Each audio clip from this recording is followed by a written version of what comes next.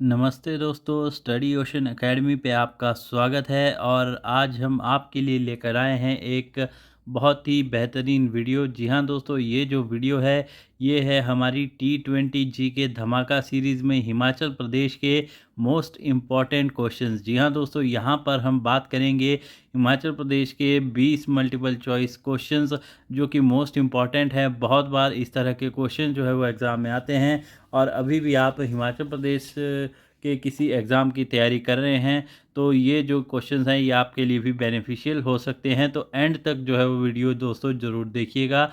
साथ ही साथ दोस्तों मैं आपको बता दूं कि हम जो है वो आपके लिए नई वीडियोस जो है वो और भी लेकर आ रहे हैं। नए आइडियाज़, इनोवेशन जो भी हमारे पास हैं वीडियोस को लेकर, वो हम आपके लिए लेकर आ रहे हैं। और यदि आपका कोई भी सजेशन हमारे लिए हो तो वो आप कमेंट बॉक्स में हमें लिखकर ज़रूर बताएं। हम उस सजेशन के ऊपर भी विचार करेंगे और उस तरह से आपके लिए जो है वो नए नए कंटेंट जो है वो लाते रहेंगे। फ़िलहाल दोस्तों बात कर लेते हैं हमारी T20 जी के धमाका सीरीज़ में। ये दूसरी वीडियो है हिमाचल प्रदेश के मोस्ट इम्पॉर्टेंट क्वेश्चन, और देखते हैं इसका सबसे पहला क्वेश्चन। तो सबसे पहला क्वेश्चन दोस्तों आपकी स्क्रीन पर ये रहा। रावी नदी की जो लेंथ है टोटल वो कितनी है हिमाचल प्रदेश में, ये आपको दोस्तों बताना है। ये है आपके ऑप्शंस: 269 किलोमीटर्स, 158 किलोमीटर, 193 किलोमीटर या फिर 214 किलोमीटर। तो रावी नदी, जैसे कि आपको पता है, इसका संस्कृत नेम क्या है दोस्तों? संस्कृत नेम जो रावी नदी का है वो है इरावती। जी हाँ दोस्तों, इरावती इसका संस्कृत नेम है। साथ ही साथ दोस्तों एक और चीज़ मैं आपको बता दूं कि ये कहाँ से, बड़ा भंगाल, जी हाँ दोस्तों, बड़ा भंगाल से ये जो है वो उसका उद्गम है। और साथ ही साथ दोस्तों ये जो कहाँ पे एग्ज़िट करती है, ये हिमाचल को एग्ज़िट करती है दोस्तों माधोपुर नामक एक जगह है पठानकोट के पास, वहाँ से जो है ये हिमाचल को एग्ज़िट करती है। तो बात कर ले दोस्तों इसकी लेंथ की हिमाचल प्रदेश में। इसकी जो लेंथ है दोस्तों हिमाचल प्रदेश में वो है 158 किलोमीटर। साथ ही साथ दोस्तों मैं आपको बता दूं कि हिमाचल प्रदेश में जो सबसे छोटी नदी है लेंथ वाइज वो है यमुना नदी, और सबसे बड़ी जो नदी है लेंथ वाइज वो है दोस्तों सतलुज नदी। तो चलिए दोस्तों अब बढ़ते हैं हम अपने अगले क्वेश्चन की तरफ। क्वेश्चन नंबर 2, आपको बताना है कि एस्टिमेटेड बजट जो है वो हिमाचल प्रदेश का क्या दिया गया है 2024-25 के लिए। तो कितना पैसा जो है वो खर्च करेगी हिमाचल प्रदेश सरकार इस बार 2024-25 में योजनाओं पे विभिन्न, ये आपको दोस्तों बताना है। आपके ऑप्शन 55,673 करोड़, 57,532 करोड़, 58,444 करोड़ या फिर 59,984 करोड़। जी हाँ दोस्तों, आपको यहाँ पर बताना था, और इसका जो सही आंसर है दोस्तों वो है 58,444 करोड़। यानी कि इतना पैसा जो है वो इस बार के लिए प्रावधान किया गया है बजट का हिमाचल प्रदेश सरकार के द्वारा। अगले क्वेश्चन पे दोस्तों हम चलते हैं। अगला जो हमारा क्वेश्चन है, टारना टेम्पल। जी हाँ दोस्तों, टारना टेम्पल हिमाचल प्रदेश में है। ये किस स्टाइल में बनाया गया है? शिखर में, सतलुज वैली स्टाइल में, डोम स्टाइल में या फिर फ्लैट रूफ टेम्पल है ये आपको दोस्तों बताना है। इससे पहले दोस्तों टारना टेम्पल के स्टाइल के बारे में बताऊं, मैं आपको बता दूं कि टारना जो मंदिर है ये बहुत ही फेमस मंदिर है। कहाँ पर है ये? मंडी ज़िला में। जी हाँ दोस्तों, मंडी ज़िला में, मंडी में ही स्थित है ये। मेन टाउन के साथ ही है ये टारना देवी टेम्पल। और ये जो टेम्पल था दोस्तों ये बनाया था राजा श्याम सेन ने। राजा श्याम सेन ने ये टेम्पल कब बनाया था? 1664 में। जी हाँ दोस्तों, 1664 में जो है ये टेम्पल जो है वो बना था। साथ ही साथ दोस्तों इसके बात कर ले स्टाइल की, तो इसका जो स्टाइल है दोस्तों ये है डोम स्टाइल टेम्पल। जी हाँ दोस्तों, आपको ध्यान रखना है जितने भी हिमाचल में टेम्पल हैं उनके थोड़ा सा आपको आइडिया होना चाहिए कि कौन सा टेम्पल किस तरह का है, क्योंकि इस स्टाइल के ऊपर जो है वो क्वेश्चंस कई बार आ चुके हैं और आगे भी इस पे आते रहेंगे। अगला क्वेश्चन दोस्तों, स्कोडी फेयर। स्कोडी का एक मेला होता है, कौन से ज़िला में होता है ये दोस्तों आपको बताना है? शिमला, मंडी, चंबा या फिर सोलन। दोस्तों थोड़ा सा इसका मैं आपको इन्फॉर्मेशन दे दूं तो स्कोडी जो मेला है ये होता है कहाँ पे? जोगिंदर नगर में। और जोगिंदर नगर जो है वो ये कहाँ पे है? ये है दोस्तों मंडी में। जी हाँ दोस्तों, मनाया क्यों जाता है ये? उन महिलाओं के सम्मान में मनाया जाता है दोस्तों जो सती हुई थी।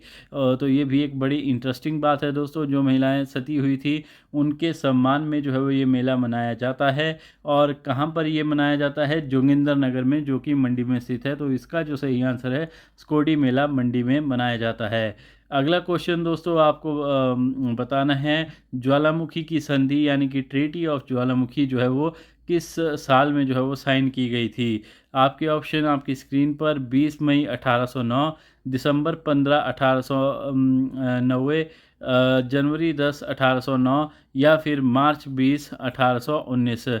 इनमें से कब जो है वो ट्रीटी ऑफ ज्वालामुखी साइन की गई थी? तो किसके बीच साइन की गई थी दोस्तों? ये की गई थी महाराजा रंजीत सिंह के बीच और साथ ही साथ संसार चंद। जी हाँ दोस्तों, महाराजा रंजीत सिंह और संसार चंद के बीच जो है वो ये ट्रीटी साइन हुई थी। और यहाँ पर जो है वो कांगड़ा किला देने की बात जो है वो जो संसार चंद जी थे उन्होंने की थी। तो ये थी दोस्तों ट्रीटी ऑफ ज्वालामुखी। और कब जो है वो ये साइन हुई थी? ये साइन हुई थी आपका ऑप्शन ए 20 मई 1809 को। जी हाँ दोस्तों, 20 मई 1809 को जो है ये साइन की गई थी। और अगले क्वेश्चन पे दोस्तों अब बढ़ा जाए। टेरिटोरियल काउंसिल जो थी ये कन्वर्ट की गई विधानसभा में हिमाचल में 1 जुलाई 1963 को। आपको ये बताना है कि उस समय पे जब विधानसभा बनी तो उसमें कितने मेंबर थे? 68, 30, 41 या फिर 46? इनमें से कितने जो है वो मेंबर थे विधानसभा के उस टाइम जब ये कन्वर्ट हुई टेरिटोरियल काउंसिल से? ये आपको दोस्तों बताना था। इसका जो सही आंसर है दोस्तों वो है आपका ऑप्शन सी यानी कि 41।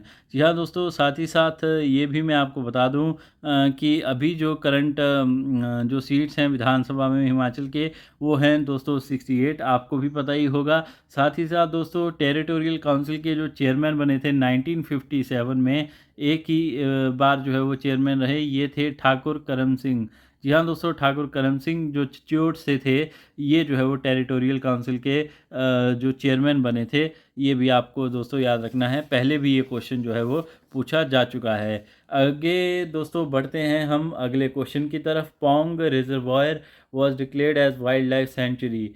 तो पौंग जो रिजर्वायर है इसको जो है वो वाइल्ड लाइफ सेंचुरी कौन से साल में इसको दर्जा दिया गया वाइल्ड लाइफ सेंचुरी का? 1967 में, 1981 में, 1983 में, या फिर 1972 में? इसका दोस्तों सही आंसर बताने से पहले मैं ये आपको बता दूं कि 1975 में। जी हाँ दोस्तों, 1975 में जो है वो ये पौंग डैम जो है वो बना था। इसका जो नाम जिससे ये जाना जाता है ये है दोस्तों महाराणा प्रताप सागर डैम। जी हाँ दोस्तों, महाराणा प्रताप सागर डैम जो है वो ये इससे जाना जाता है। ब्यास नदी पर ये जो है वो बना है। और साथ ही साथ दोस्तों कब जो है वो इसे वाइल्ड लाइफ सेंचुरी डिक्लेयर किया गया था? 1983 में जो है वो दोस्तों इसे वाइल्ड लाइफ सेंचुरी डिक्लेयर किया गया था।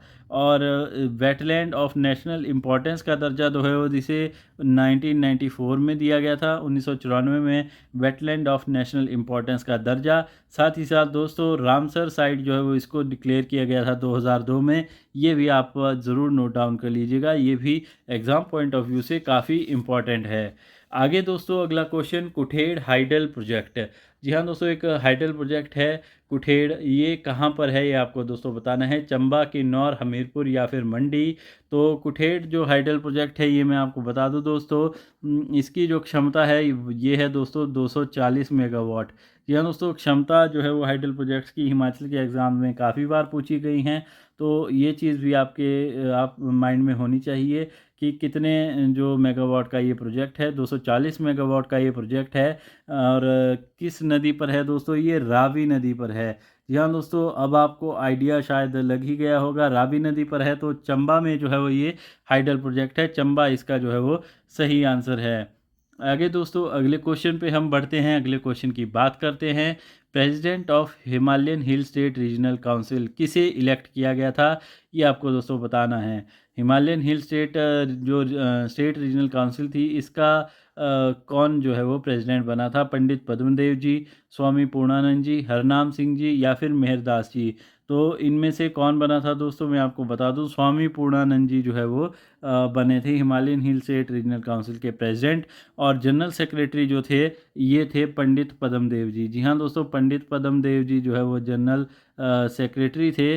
साथ ही साथ जो स्वामी पूर्णानंद जी थे ये बने थे इसके प्रेसिडेंट। और कब बने थे दोस्तों, ये 8 मार्च से 10 मार्च 1946 में जब मंडी में एक सभा हुई थी उसके दौरान जो है वो इन्हें सेलेक्ट किया गया था as president of Himalayan hill state regional council. आगे दोस्तों अगले क्वेश्चन की हम बात करें यहाँ पर, इनमें से किसे जो है वो हिमाचल एक्सप्रेस के नाम से जाना जाता है। आपके ऑप्शन दोस्तों, टेकचंद भंडारी, दीपक ठाकुर, सुमन रावत या फिर रमेश ठाकुर। इनमें से कौन से ऐसे एथलीट हैं जिन्हें हिमाचल एक्सप्रेस के नाम से जाना जाता है। इसका जो सही आंसर है दोस्तों वो बताने से पहले मैं आपको बता दूं कि ये मैराथन रनर है जो यहाँ दोस्तों मैराथन रेस दौड़ते हैं। और इससे पहले ये आर्मी में थे, जोगिंदर नगर से मंडी से ये बिलोंग करते हैं। और इनका जो नाम है दोस्तों वो है आपका ऑप्शन ए, टेकचंद भंडारी जी। जी हाँ दोस्तों, टेकचंद भंडारी जी हैं जिन्हें किस नाम से भी जाना जाता है, हिमाचल एक्सप्रेस नाम से भी जाना जाता है। आगे दोस्तों, छांग और घंटी लोकल ब्रू है जो किससे बनाई जाती है ये आपको बताना है।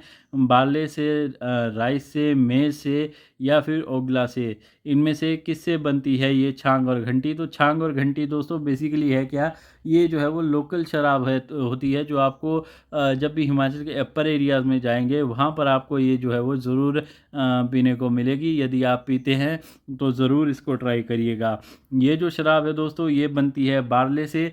तो इसका जो सही आंसर है दोस्तों, छांग और घंटी ये बार्ले से बनती है, local brew prepared from barley, chhang और घंटी। आगे क्वेश्चन पे हम बात करते हैं दोस्तों, भक्ति थापा जी। भक्ति थापा जी तो जो थे वो कहाँ पर उनकी डेथ हुई थी ये आपको बताना है। बिलासपुर, मलाव फोर्ट, कमला फोर्ट या फिर कॉन्फ्रेंस ऑफ ब्यास और बनेर। इनमें से कहाँ पर जो है वो भक्ति थापा जी की जो है वो डेथ हुई थी। तो इसमें दोस्तों मैं आपको बता दूं कि इनकी जो डेथ हुई थी ये हुई थी मलाव फोर्ट पर, जो कि है नालागढ़ में। जी हाँ दोस्तों, नालागढ़ के पास है ये, नालागढ़ के पास है। और ये जो फोर्ट है ये सोलन में पड़ता है, नालागढ़ के पास। कमला फोर्ट की एक ऑप्शन है यहाँ पर। ये जो फोर्ट है दोस्तों ये मैं बता दूँ आपको, ये जो फोर्ट है कमला फोर्ट काफ़ी फेमस है, ये भी मंडी में है, ये मंडी ज़िला में। और जो भक्ति थापा थे उनकी डेथ हुई थी मलावा फोर्ट में। डेथ कब हुई थी दोस्तों, इनकी जो डेथ हुई थी 1815 में हुई थी। एंग्लो गुरखा वार के दौरान जो है वो इनकी डेथ हुई थी।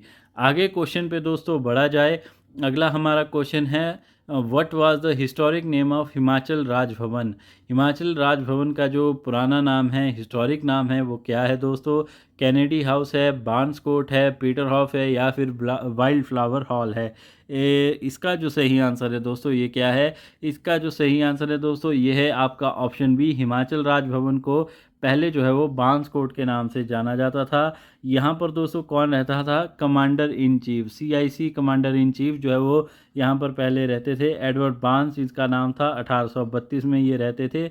और साथ ही साथ दोस्तों इससे रिलेटेड एक और इम्पॉर्टेंट क्वेश्चन है कि 1857 का जो रिवॉल्ट था, 1857 का जो रिवॉल्ट था उसकी न्यूज़ यहाँ पर दी गई थी सबसे पहले जनरल एंसन को। जी हाँ दोस्तों, जनरल एंसन को 1857 के रिवॉल्ट की खबर भी यहाँ पर मिली थी सबसे पहले। ये भी आपको याद रखना है दोस्तों, ये क्वेश्चन भी पहले पूछा जा चुका है एग्ज़ाम में। आगे दोस्तों अगले क्वेश्चन पे हम बढ़ते हैं। तो ये जो क्वेश्चन है ये एक बहुत ही इंटरेस्टिंग क्वेश्चन है। लाहौलास call their country by the name of Garza, जिसका क्या मतलब है। वो लाहौलास जो है वो अपने जो देश है लाहौल स्पीति जिसे कहा जाता है, इसे गारजा के नाम से जानते हैं। तो गारजा का मतलब क्या है दोस्तों ये आपको बताना है।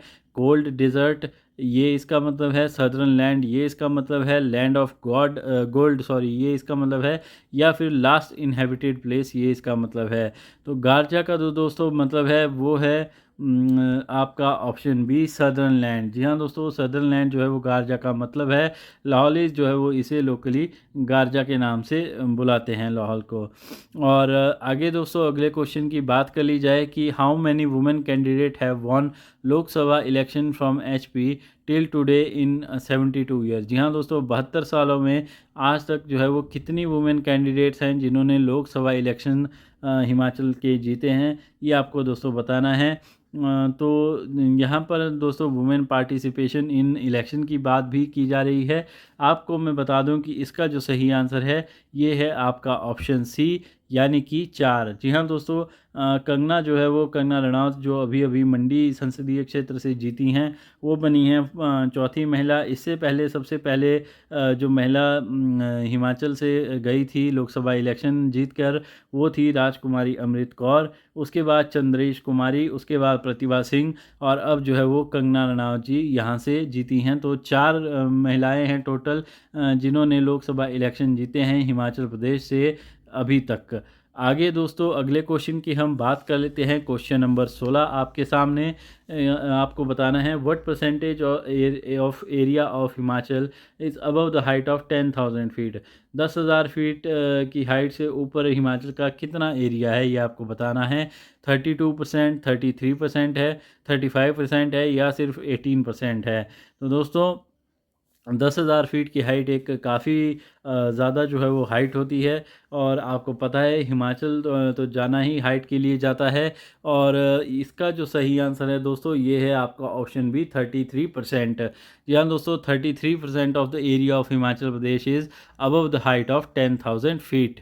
अगले क्वेश्चन पे दोस्तों हम बात कर लेते हैं। आज का 17वां क्वेश्चन आपके सामने आपके लिए। Who led the Sikh army in 1840 against Mandi state after the death of Ranjit Singh.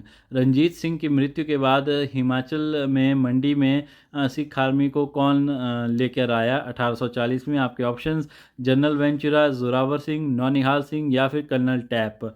इसका सही आंसर क्या है दोस्तों? इसका सही आंसर है आपका ऑप्शन ए, जनरल वेंचुरा। जी हाँ दोस्तों, जनरल वेंचुरा जो है वो मंडी में आए। बलबीर सेन जो है वो मंडी के राजा थे उस समय। बलबीर सेन को इन्होंने जो है वो बंदी बनाया। गोविंदगढ़ फोर्ट था एक अमृतसर में, वहाँ उनको रखा, और साथ ही साथ मंडी में जो है वो इन्होंने हमला किया। तो ये चीज़ आपको ध्यान में रखनी है। 1840 में बलबीर सेन थे, उनको बंदी बनाकर जनरल वेंचुरा ने जो है वो सिख आर्मी को लीड किया अगेंस्ट मंडी। अगला क्वेश्चन दोस्तों आज का 18वां क्वेश्चन हमारा। Who was the first lady chief secretary of Himachal Pradesh. Himachal Pradesh की पहली महिला चीफ सेक्रेटरी मुख्य सचिव कौन थी? आपके ऑप्शंस दोस्तों आशा स्वरूप जी, विमलेश महाजन, राजेंद्र कुमार भट्टाचार्य, या फिर शारदा सेठ। जी हाँ दोस्तों, आपका जो सही आंसर है इसका ये है आपका ऑप्शन सी, राजेंद्र कुमारी भट्टाचार्य। ये जो थी ये पहली महिला मुख्य सचिव थी हिमाचल प्रदेश की। अगले क्वेश्चन पे दोस्तों हम बढ़ते हैं। Question number 19 and very very important question दोस्तों। जी हाँ, बहुत ही इंपॉर्टेंट क्वेश्चन, कई बार ये क्वेश्चन पूछा जा चुका है। आपको बताना है Tibetan cabinet at Dharamshala is known as. जो तिब्बतियन कैबिनेट बैठता है धर्मशाला में उसको किस नाम से जाना जाता है? उपांग, खशांग, दमांग, या फिर चलाग। इनमें से क्या जो है वो कहकर बुलाते हैं तिब्बतियन कैबिनेट को जो कि धर्मशाला में बैठता है? तो आपका सही आंसर इसमें दोस्तों रहेगा आपका ऑप्शन बी। जी हाँ दोस्तों, ऑप्शन बी यानी कि कशाग, इसको जो है वो तिब्बतियन कैबिनेट को कहा जाता है, कशाग। और साथ ही साथ दोस्तों जो कशाग को हेड करता है वो उसको जो है वो कहते हैं सिक्यांग। जी हाँ दोस्तों, सिक्यांग उसको कहा जाता है जो कि इसको हेड करता है। ये चीज़ भी आपने ध्यान में रखनी है। कशाग को हेड करने वाले को सिक्यांग कहते हैं, और कशाग है तिब्बतियन कैबिनेट जो कि धर्मशाला में जो है वो बैठते हैं।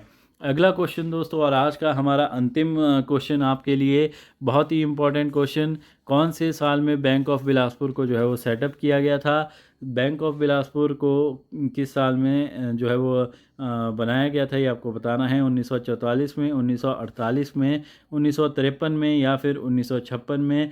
तो आपका जो सही आंसर है दोस्तों इसका ये है, बैंक ऑफ बिलासपुर बना था 1944 में। साथ ही साथ दोस्तों मैं आपको बता दूं कि जो एचपी स्टेट कोऑपरेटिव बैंक है हिमाचल प्रदेश राज्य सहकारी बैंक जो है ये बना था 1953 में। और कितने बैंकों को मर्ज करके? 3 बैंक जो है वो इसके लिए मर्ज हुए थे। इसमें जो बैंक थे ये थे महासू सेंट्रल कोऑपरेटिव बैंक, मंडी सेंट्रल कोऑपरेटिव बैंक, और चंबा सेंट्रल कोऑपरेटिव बैंक। जी हाँ दोस्तों, महासू, चंबा और मंडी के जो सेंट्रल कोऑपरेटिव बैंक थे, इनको मिलाकर, इन 3 बैंकों को मिलाकर जो है वो मर्ज किया गया और 1953 में जो है वो Himachal Pradesh state cooperative bank की जो है वो स्थापना की गई। तो चलिए दोस्तों, ये था आज का हमारा अंतिम क्वेश्चन। आई होप कि आपको स्टडी ओशन एकेडमी के द्वारा जो वीडियोस लाई जा रही हैं, जो मल्टीपल चॉइस क्वेश्चन और भी कंटेंट आपके लिए साथ ही साथ लाया जाएगा, ये आपको जो है वो ज़रूर पसंद आ रहा होगा और आगे भी आएगा। और हमें दोस्तों बस ज़रूरत है आपके सपोर्ट की। तो आप हमारी वीडियो को ज़्यादा से ज़्यादा अपने दोस्तों के साथ शेयर कीजिए, सब्सक्राइब करना ना भूलिए हमारे चैनल को। साथ ही साथ दोस्तों लाइक का बटन भी दबाते रहिए। Thank you so much for watching and God bless you all.